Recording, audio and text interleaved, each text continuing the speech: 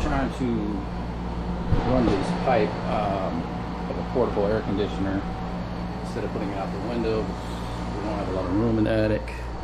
So we're installing it through here. So what I did is took a 6-inch circular saw, cut a hole through the wall, and then what we did is push through this vent and attach it to the wall there, as you can see.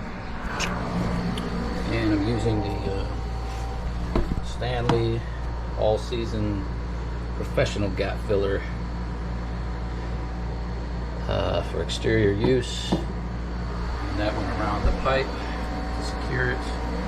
That'll cure in about 24 hours. And now we're going to take the trim flange and just go ahead and put him in there like so.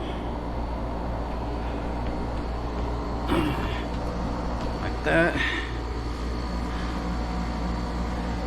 And I think that's already all sealed up already. Kind of the sealant goes right around that flange. Alright, so that's that. Now I'm going to attach this to the wall. Okay. Make sure that's flush.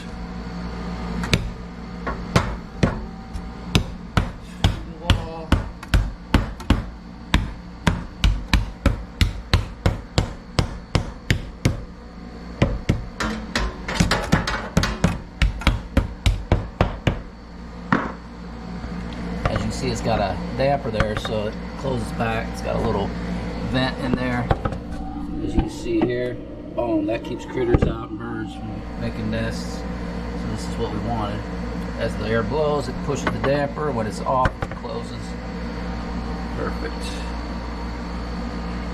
Okay. All right. So in order to do that job, we of course I used my oscillating saw and my Sawzall. They work really great. That's my favorite toys. And of course my impact drill. And okay, so let's move on to the next step. GoPro turn off. GoPro turn off.